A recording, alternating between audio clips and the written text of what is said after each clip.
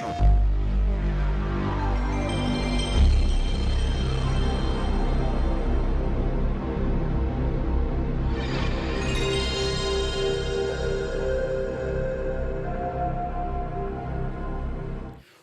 is up, everybody, and welcome to the PlayStation Forecast, episode 36. I am your host, Alex Derrickson, and I hope you all are doing just as fine as I am. Actually, I'm incredibly tired. If you're one of the listeners that's not from the States or the colonies, as I like to refer to them as, we're coming off of Thanksgiving. That's the long and short of it. So I'm just sleepy in perpetuity. I'm tired in perpetuity. Everything just seems like it slows down when you got a belly full of mashed potatoes, or just a belly made of mashed potatoes. In my instance, I think. Few things heading into this episode. It's going to be a little different. You may have noticed it's probably already a little shorter on the timestamp wise. Not on the timestamps, but on the length. It's shorter on the length. A lot of it's because of Thanksgiving. News doesn't happen a whole lot. A lot of places take the day before up to that whole weekend off, so there's not a whole lot of news. There's a shorter news week. There's also no drop this week, and trophies are a little light. It's just going to be a more news-centric episode, but even then, the news is it's good. It's good news. Stick around for the news, everybody. But it's going to be, like I said, it's a little different this week. Solely because, like I said, segments are missing and here and there. But getting into how we always start the show with what I've been playing, well, I will tell you, everybody, ladies and gentlemen, this is an exciting time. Because for 35 weeks, I have pandered and I have begged and I'm more panhandled, I guess. But I've tried to entice and bewitch somebody into giving me a PSVR that's just been strewn about. If they had an extra one, or if it's just up in the attic next to their grandpa's button collection, it's maybe they could just hook a brother up. Well, guess who hooked a brother up? Black Friday hooked a brother up, and I have joined the future. And I'm a proud owner of a PSVR. Now, the original idea is I was going to do the episode initially with like the big old visor and the lens and all that on. It's too much. I'd get sweaty, and it's just all these other cables and nothing worth doing. It's not set up down here, so why do it? But I spent some time in Playroom VR. I did what I guess was like what led to the spin-off of Astrobot. I loved it. I'm in. I was in the second I did the claw machine game, and I tried to set my DualShock on a desk that wasn't there. And just at that point, I'm like, I can't separate real from fake, so just upload my consciousness to a cloud. No, for real though, it's so cool. So I put it on, and I kind of like dicked around a little bit. I had Hook in the system, so I was like, I want to see what watching a movie's like, and got to kind of get that feel, which was cool. The screen door's there, but like if it's really like hard blacks, it's really noticeable. But when you get into stuff more vibrant colors, it dissipates and it hides itself pretty well. I'm loving this. Like I love that we live in an era right now in this console generation where we have a legitimate VR option. Like we live in a time where, sorry, if you're watching the video version, you kind of keep me like leering over my shoulder. It's because the audio had kept cutting out earlier, so I'm trying to make sure that's not happening, and that's what's going on. If you're listening to the audio version, everything's fine. But with VR, there's that adage that we are too young to explore the country or to explore the world, and too old to navigate space, but we're just the right age and ... But we're just the right age to be in a time where legitimate VR is an option for us. And that's such an interesting, spectacular, and wonderful time to be alive, And it's not like when like 3D movies and you just put the glasses on and the train's coming at you and it's all sepia toned, or Journey to the Center of the Earth where Brendan Fraser's just poking objects at you and you're like, he's gonna tape measure me and my eyeballs.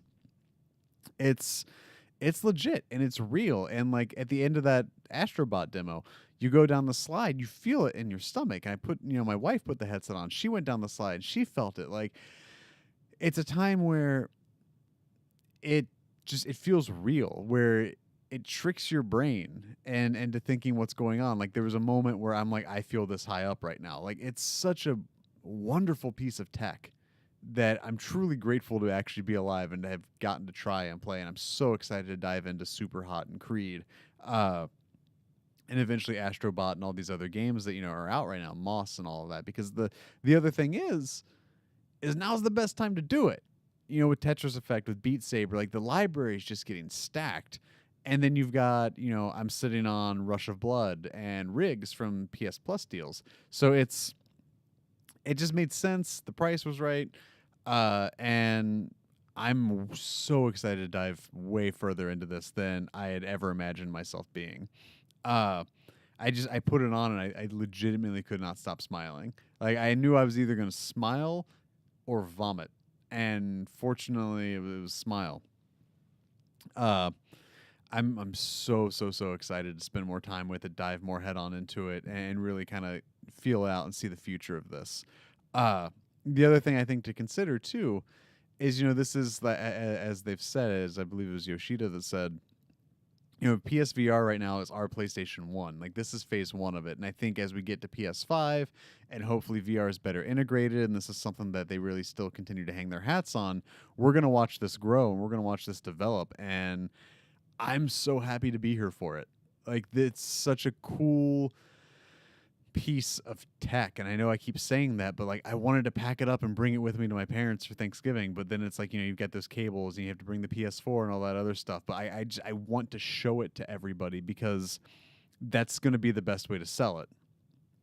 And yeah, in August they were at 3 million and there's an almost 8 attach rate, which is absurd, but like it's hard to sell VR unless you're wearing the glasses, the goggle, the head, the helmet, whatever, and checking it out firsthand. It makes such a huge difference, when you're the person trying it. And I'm so glad that I waited as long as I did. One, because I knew the second I would try it, I was going to want it. But also, the time was right. The library is good. The support seems there. It doesn't seem like they're stagnating on it. And like I said, I'm absolutely in love with it. I'm blown away by it. And it's one of those things that if someone ever needed their love for games or a reason to get into it to be kickstarted, yeah, there's that barrier to entry of you have to have the PS4 to get the VR, so it's 2 purchases, but Jesus, what an awesome piece. It's a great addition to everything else within the family of consoles, including the Vita. But I'm in love with it. I'm really excited. Also, after a Twitter poll, I finally checked out Overwatch. I'm digging it. I'm just doing AI skirmishes right now just because I'm not good and I want to find a character that I like and really kind of stick with it and then play with some people that I know that can kind of sherpa me through it. But checked it out finally. It seems like it's an online first-person shooter I might enjoy, and I don't know who I am anymore, but what I do know is that this is the PlayStation Forecast, and it does come to you each and every Tuesday at 9 a.m. Eastern Standard Time on youtube.com/PressXDialects and podcast services around the world. And if you like the show, you can let your voice be heard too by writing in to psforms.pressxdialects.com with your questions, comments, commentaries, concerns, and whatever else. And if you want to support the show, this little labor of love is entirely self-produced and self-funded by yours truly. So the best thing you can do is share it, tell people about it, write a review, give it a 5-star rating, subscribe, and all those other things that help more people get eyes and ears on this thing that I love doing so much. Also, new plan. For the rest of this year, I may have said this already, I don't remember. For the rest of this year and all of next year, the goal as we are promoting the shows. This is the PlayStation Forecast. It is the 5th most popular PlayStation podcast on the internet. Can I confirm that to be true? No. Am I going to run with it? Yes. But that's it for that. A little quick bit of housekeeping is if you want to read anything kind of cool and interesting, GameSavvy.net did a review on this show. Just appreciate it so much. They had a lot of really kind things to say. So check that out. Caitlin, I know, worked really hard on the review, and everyone at Game Savvy that I've talked to is just a bunch of sweethearts. So check that out. Give them some love, give them some clicks. But without further ado, let's get into the abridged version of the show and the news. This came in a little late last week. Like right as I'd kind of finished gathering the news, and I just kind of missed this one. So better late than never. Telltale's The Walking Dead's back in development, and this is from Rebecca Valentine at gamesindustry.biz. 2 months ago, Telltale Games saw mass layoffs that reduced the studio to a skeleton crew, saw over 250 former employees set adrift without warning or severance, and resulted in the cancellation of almost all ongoing projects. As of today, however, at least one is back on. Skybound Games, which stepped in with an offer to wrap up the remaining 2 episodes of The Walking Dead, the final season, after the studio collapsed, has said today that the studio picked up development on those 2 episodes using, quote, many, end quote, of the original team and members from Telltale. New release dates for these episodes will be announced soon. The statement also included mention that the final season may be unavailable for purchase for a few days while the companies transition, but that it will be back online soon and no one should have to repurchase the episodes. While The Walking Dead is back underway, Telltale Games is currently undergoing liquidation processes and is also the subject of a lawsuit from former developers accusing the company of violating California labor laws when it laid off the majority of the studio without warning, severance, or continued health benefits. So this is kind of catching you up to speed on what's going on with the Telltale drama and fiasco. Glad to see it's back in development. I know they were, Skybound was like, we were hoping to get this out this year. It's nope, not happening. It's not happening. No need to pressure it, no need to rush it, no need to telltale yourself on this just to get it done. Good to see. I know, like I said, like where we last left off with Skybound was transitioning into taking it on. They were bringing on a lot of former Telltale people that hadn't found jobs yet. And then Telltale's games were getting delisted from a lot of digital storefronts while they go through the liquidation process. And it also became like a question, is this a licensing thing expiring, or do they just need to take this down so they're not making money while they're liquidating? Seems like it's a little mix of both, but it seems more like the liquidation process is affecting it more. But yeah, still a continuing wrinkle into a sad story, but it seems like it's getting better. And if you're waiting for Telltale if you're waiting for The Walking Dead's final season to wrap up, it seems like you will not have to wait much longer. Heading over to VentureBeat, we have a whole mess of data for you because the October 2018 NPD results are in. Let's see here. Gaming consumers in the United States spent $1.545 billion in October, according to industry tracking firm the NPD Group. That is up year over year, and it's a little surprise considering the 2 of the biggest games of 2018 debuted during the month. Quote, October 2018 tracked spending across video games, hardware, software, accessories, and game cards grew 73% when compared to a year ago to $1.5 billion, NPD analyst Matt Piscatella said. Sidebar, follow Matt Piscatella on Twitter. You get a lot of good stuff, not just standard NPD fare. Like a week ago or 2 weeks ago, he drudged up old PS1 sales data and N64 sales data. I think maybe some Saturn data too. Really interesting if you like that sort of stuff like me. Definitely give him a follow on Twitter. Let's get back to work. Quote, all categories of spend reflected growth with sales of PC and video game software more than doubling when compared to October 2017. Total spent in October is $1.545 billion, which is up 73% from October of 2017. Hardware came in at $300 million, which is up 26%. PC and console software is $965 million, which is up 104%. And accessories are at $280 million, up 54%. Total 2018, or I'm sorry, 2018 comparing to 2017 year-to-date dollar sales. Total, we're at 10.52 billion, which is up 21% from 2017 year-to-date. Hardware is 2.72 billion, up 19%. PC and console software is at 4.84 billion, up 16%, and accessories are at 2.96 billion, up 35%.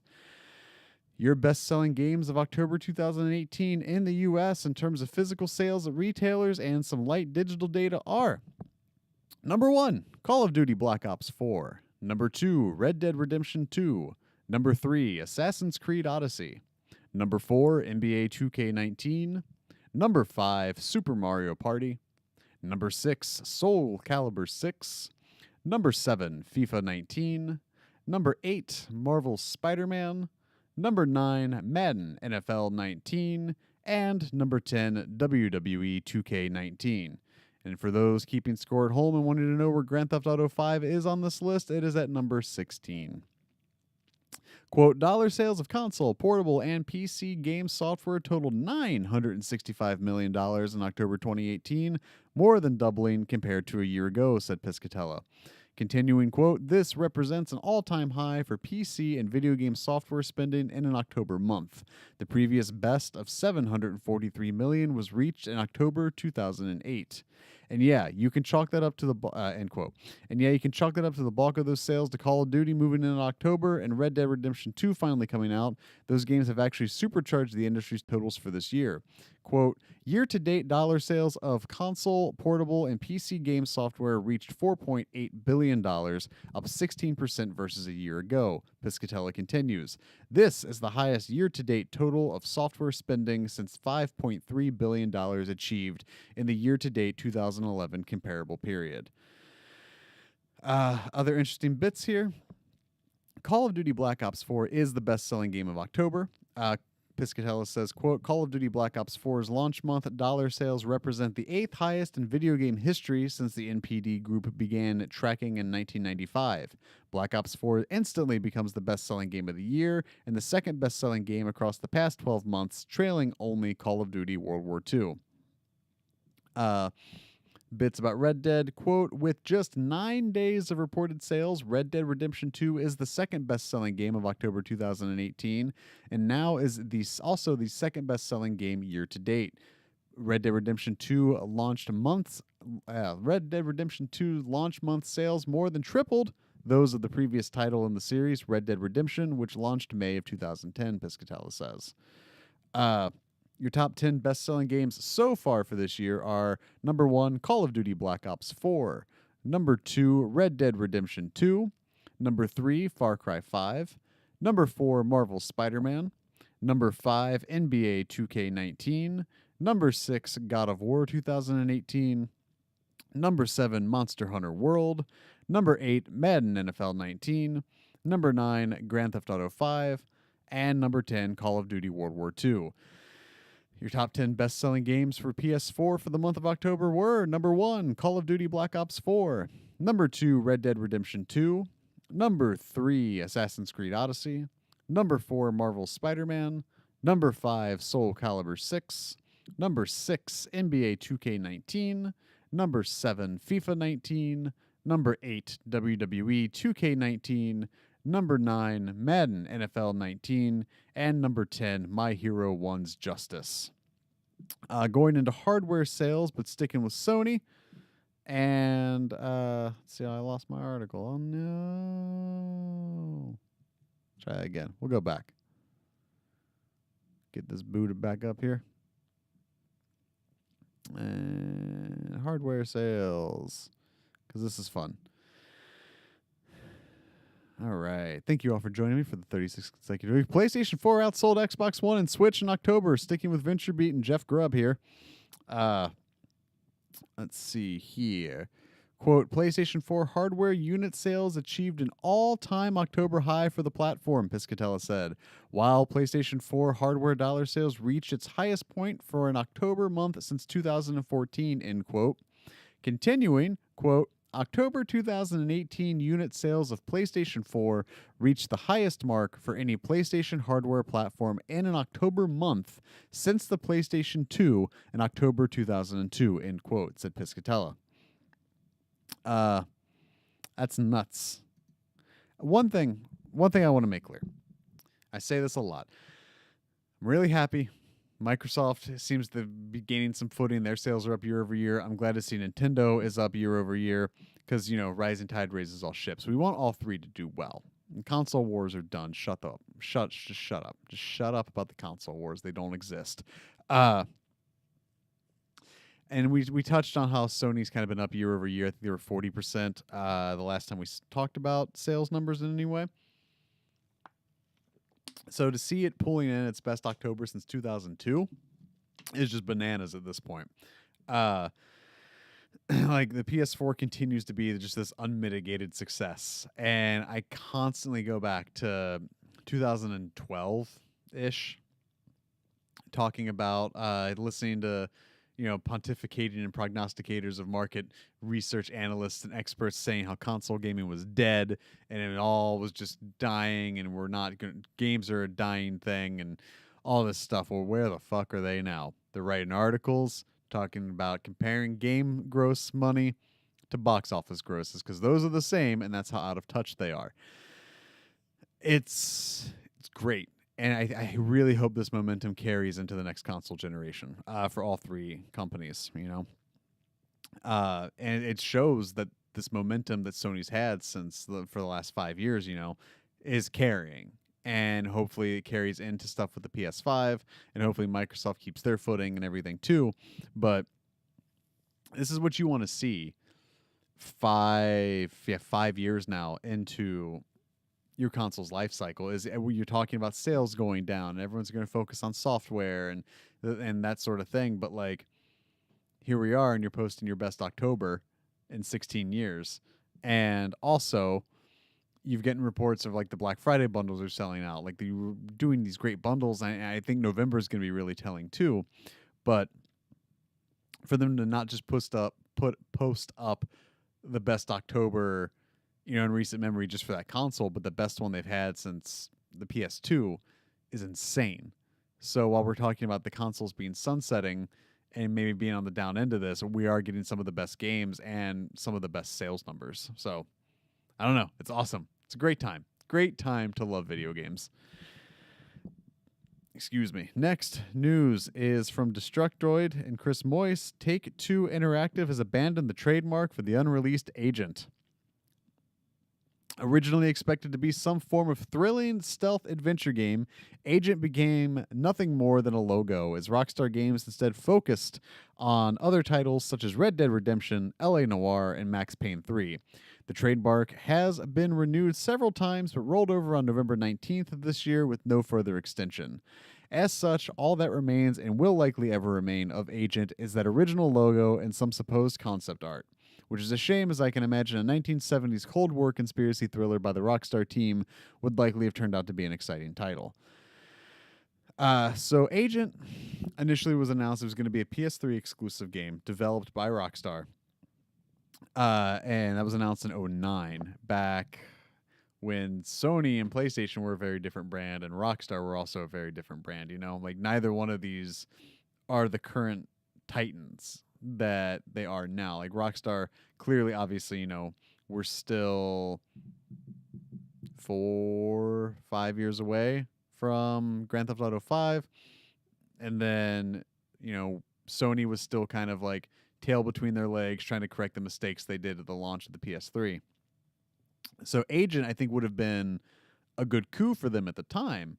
But here we are now, almost 10 years later, and yeah, the Agent is just vaporware. Every time there's a big thing like, ooh, we're going to get Agent, and we're going to see Agent, is Rockstar going to come to E3? No, you can drop it. It's done. It's gone. They don't have the trademark anymore. And as much as I think this would have been something really cool to have revisited and talked about and maybe have been brought up, where Rockstar's like, hey, yeah, we talked about doing this exclusive. Here's what we've learned from GTA 5 and what we've learned from Red Dead 2, and here's how we're applying that to this, and now you have this really cool Cold War spy, tactical spy RPG. It's a market that doesn't really exist, and it'd be cool. I think Rockstar would have done a good job.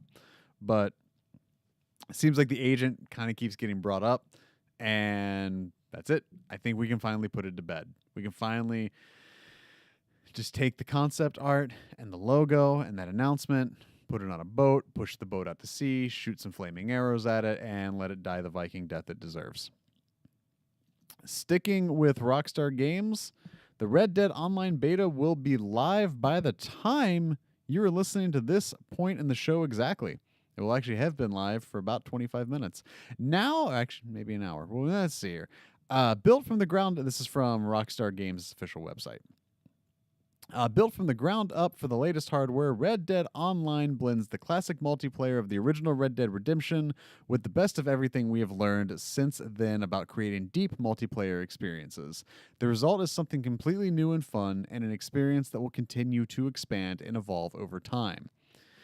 With the gameplay of Red Dead Redemption 2 as its foundation, Red Dead Online transforms the vast and deeply detailed landscapes, cities, towns, and habitats of Red Dead Redemption 2 into a new, living online world ready to be shared by multiple players. Create and customize your character, tailor your abilities to suit your playstyle, and head out into a new frontier full of things to experience. Explore the world solo or with friends.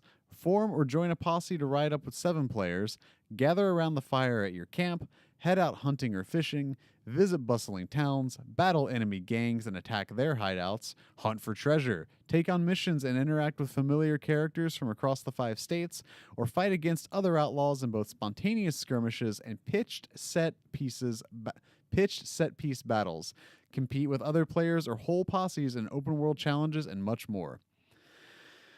The launch of the Red Dead Online beta is the first step in what will be a continually expanding and dynamic world, and the beta period will allow us to deal with the inevitable turbulence of launching any online experience of this size and scale.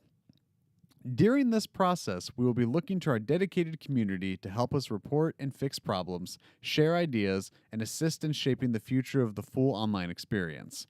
As with all of our releases, we will strive to make the launch of Red Dead Online the best it can possibly be, and we ask that the community share the spirit with us over the next weeks and months.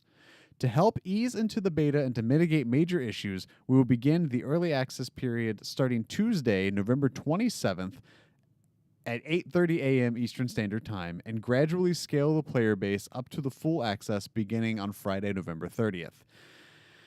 This will help ensure that our servers can handle a steadily growing volume of concurrent players in the early hours and first days of the beta, and hopefully reduce the likelihood of any server crashes during the launch week as we get things up and running. Full rollout details are as follows. Tuesday, November 27th. All Red Dead Redemption 2 Ultimate Edition owners, and please note, players who purchased the physical edition of the Ultimate Edition must redeem the Ultimate Edition code in the packaging to be eligible. Wednesday, November 28th. All players who played Red Dead Redemption 2 on October 26th, according to our data. Thursday, November 29th. All players who played Red Dead Redemption 2 between October 26th to October 29th, according to our data. And Friday, November 30th, all players who own Red Dead Redemption 2. The Red Dead Online beta will be available to anyone who owns Red Dead Redemption 2 on PS4 or Xbox One starting Friday, November 30th. When booting up Red Dead Redemption 2 and arriving to the title menu, you will see an option to the top right of the screen to select online. Stay tuned to the Rockstar Newswire tomorrow for more details about Red Dead Online modes, gameplay, and more. There you have it. It's happening. It's all happening. You're getting that Rockstar beta. It's a thing. They're not the Red Dead beta, rather. It's happening. Get excited, everybody. I think it's really smart the way they're rolling this out, in all seriousness. You're breaking it out in like little chunks over the next few days until everybody's involved by the end of the week. I think it's a really good way to test your server load. I'm really interested to see how and what this grows into, because clearly this is their chief moneymaker. You know, what Red Dead Online is going to become. So it's interesting. It's going to be interesting to see maybe like what they've been holding back from GTA Online and how that's going to apply to what Red Dead Online is, what it will be. Will I get into it? I don't know. Red Dead Redemption 2, I've watched a ton of gameplay footage of, a bunch of people playing it, and I don't know how I feel about it. It seems like a game that's not going to respect my time, which I get. It's intentional, it's deliberate. But just the menu system and the controls and all that stuff just seem at some points unintuitive and at some points archaic. I don't I don't know how I feel about it. I appreciate its technical mastery. I appreciate the art that it is, but in terms of a game that I want to play, I don't know. But then again, here I am talking about playing Overwatch.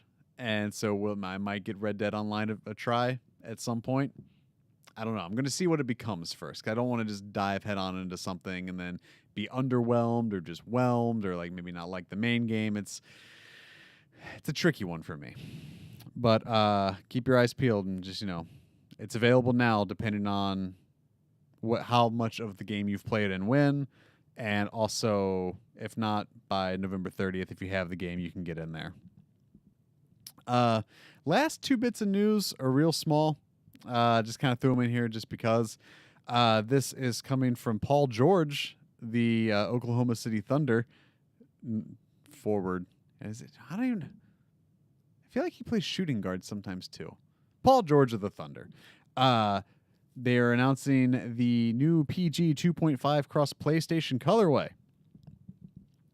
Let's see here. We're just going to get into the details of the shoe. Here are a few of my favorite elements about the new colorway. The tongues of the shoe still have the PG and PlayStation logos that light up and pulsate blue, but this time we added the original 4-color PlayStation logo that lights up on the other side of the tongue. The strap across the top of the front of each shoe provides stability to really lock you in. The iconic PlayStation symbols are embossed in patent leather on each shoe, just like the original PG2 cross PlayStation colorway. This collaboration is very special and personal to me. I have been a PlayStation fan ever since I was a kid, so I'm excited about continuing to partner with a brand that I grew up loving. The PG 2.5 cross PlayStation colorway drops globally on December 1st, 2018, and for more information on the release, make sure you download the Nike Snickers app. I know it's a sneakers app, but there's no vowels, and I'll read things how I want. This is my show, and it's the 5th most popular PlayStation podcast on the internet. Says me. So, if you like sneakers, if you're into that sort of thing, if you like sneakers and PlayStation and Paul George, this is what George Clooney calls the perfect storm. So be on the lookout for those December 1st. No price, doesn't look like. Within this article, it might be on the Snickers app, so just check that out. Last news story. This Alien Blackout looks set for the Game Awards. This is from Wesley Yin Poole of Eurogamer. There were rumblings in the world of Alien video games with a new title looking set for an announcement at the Game Awards in December. Last week, a 20th Century Fox trademark for an unannounced video game called Alien Blackout was spotted. This trademark tallies with a Twitter tease from the Game Awards chief Jeff Keighley, who posted an image including the words, "Worlds will change," and a font that looks a lot like the Weyland-Yutani font from the films. Weyland-Yutani, of course, is the Alien Universe's evil corporation that wants to profit from the xenomorphs rather than nuke them from orbit. So who could be developing Alien Blackout, and what kind of game is it? Well, it very much looks like it's the work of a U.S. studio called Cold Iron, which was bought by 20th Century Fox subsidiary Fox Next to develop a new Alien game. Cold Iron was founded in 2015 by former members of Cryptic Studios, makers of Neverwinter and City of Heroes. According to Cold Iron's website, its Alien game is a new PC and console shooter. There's also a whiff of Destiny about the project, and here's what Fox Next president of studios Aaron Loeb said in a press release issued back in January of 2018. Quote, "I am a personal fan of Cold Iron's previous work, and all of us at Fox Next Games are thrilled to be working with them as they create an action-packed, persistent world steeped in the mysteries of this beloved alien universe." End quote. The Game Awards are set to take place on the 6th of December, 9 p.m. Eastern Standard Time. So here are my thoughts on this. As an Alien fan, the Alien franchise has 2 good movies. That's it. No more. There's Alien and there's Aliens. Alien Isolation was extra spooky. I dug it. I don't like spooky games, but I like Alien, so tick the boxes of being an Alien game that's spooky, and it's more like you're being stalked, like you would in Alien. So if this is more like a persistent Destiny-esque shooter, I don't know how that works unless it's like World of Alien. But for it to be an Alien game and to succeed, it needs to do a few things. It has some boxes that I think, nay, demand, need ticked. Box 1. You don't show the full body xenomorph. That's easy enough. How do you not do it? You don't do it. You don't pull that Alien Covenant bullshit where you think, you know what makes the alien scary is when you can see all of it. Doesn't work. The Alien and Alien Covenant was not scary. It's solely because it was out in the open with a bunch of lights on it in a fucking field all gooey and you don't. No, that's not how it works. What made the Alien scary, an Alien, was it lurked in the shadows and it was just picking people off one by one. It was extra spooky because it also had defense mechanisms against, guns and whatnot. But you never saw it. You never really got a good grasp of it. And it wasn't really until the end did you understand this unfathomable beast that Ripley was up against. With Aliens, what makes them scary? Also, can we just talk about how it's a guy in a suit and not computer stuff? Like, I know we're getting away from the game. I know we're getting away from the games, but I just got to get this off my chest because Alien Covenant sucked and Prometheus was so far up its own ass it wore itself as a hat. Alien and Aliens are money, and they're perfect. They're perfect sci-fi thrillers, and they're perfect sci-fi actions, each one respectively. Now, what makes it work is the alien is scary because you don't just see it. It's not just running around. You have a long time before you really get a big old eye whiff of that thing. And instead, in Covenant, Ridley Scott just like, what if we put it in a field and let everybody see it? And you could just see its feet and its hands and everything. What if you just saw it? Like, that's not what made it scary. The unknown of the alien is what makes the alien scary. It's the same. I feel the same way about Alien that I do about Terminator, that I do about Jurassic Park. As everybody talks about them like these storied franchises when really they've only got 1 or 2 good movies max. Terminator, 2 good movies. Alien, 2 good movies. Jurassic Park, 1 good movie. 1. It's a classic. It's an all-time great. But the reason I think Jurassic World is passable and is okay is because Jurassic Park, as a franchise, only been good once. 2, awful. 3, better than 2, but still high bar to be set in your original movie. Terminator, great. Terminator 2, amazing. Alien, great. Aliens, great. Terminator 3, Terminator Salvation, Terminator Genesis, bad. Does it do anything to the Terminator franchise? Not really, because it's kind of a joke to begin with. Just saying it. I'm just saying things people are afraid to say at this point. Now, back to the Alien game.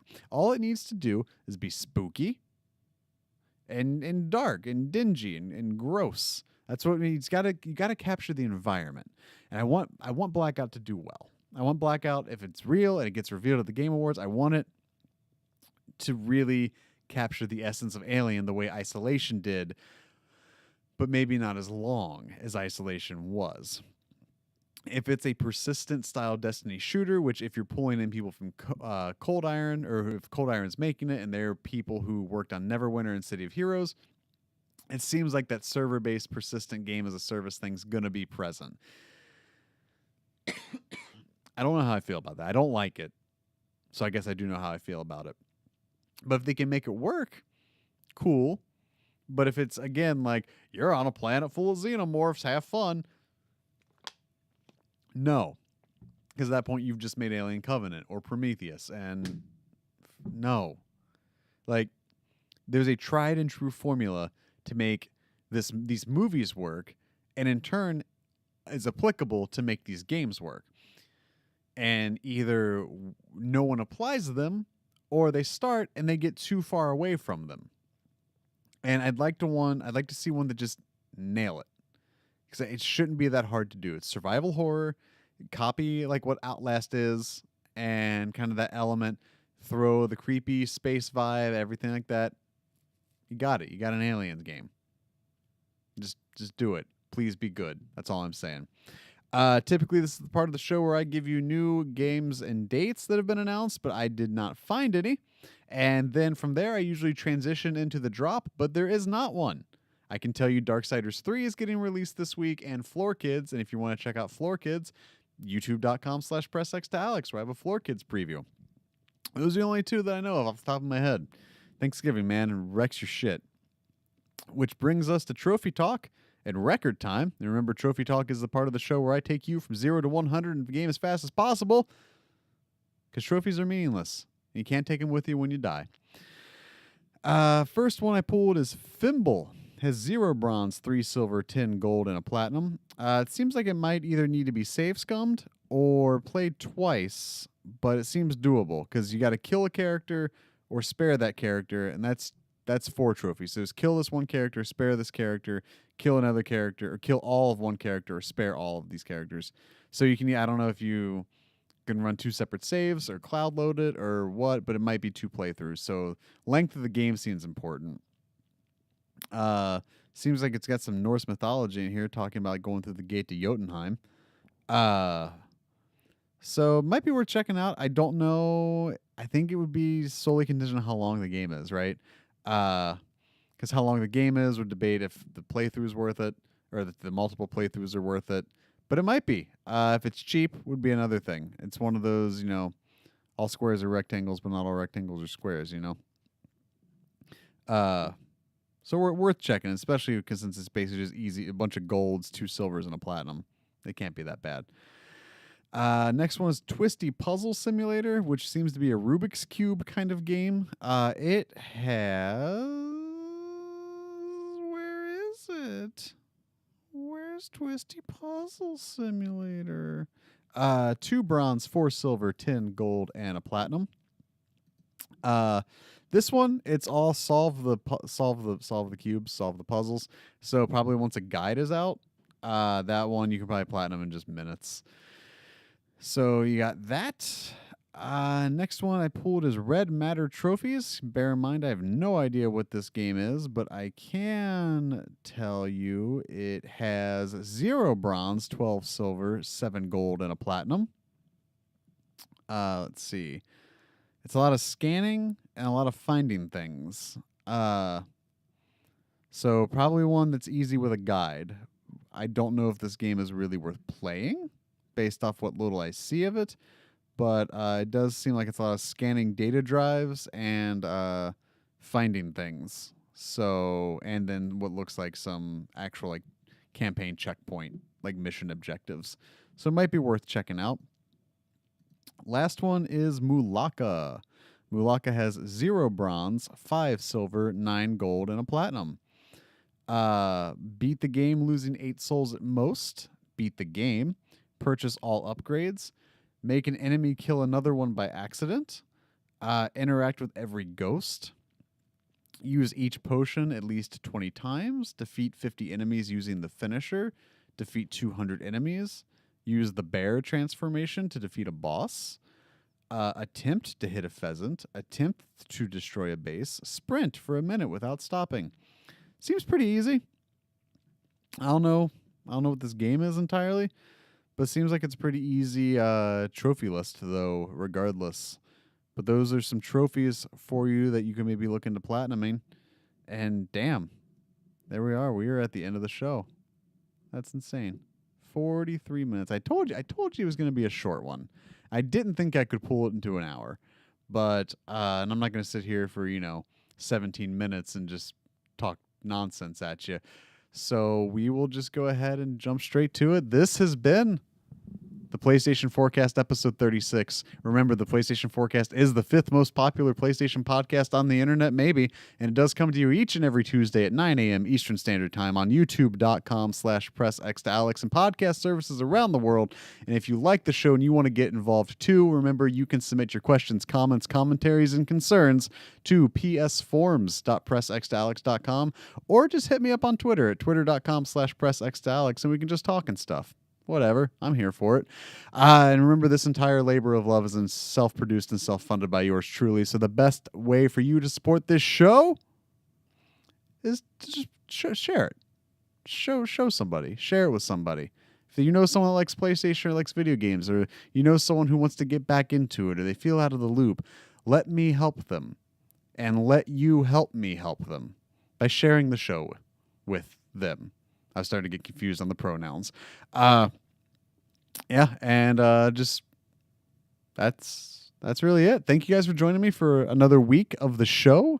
I'm sorry this one's so weird. It's just the holidays. I think it's just kind of the end of the year stuff too. You know, we're gearing up for other things going on. With that being said, thanks for joining me. I'll see you next time. And until then, do the thing, everybody.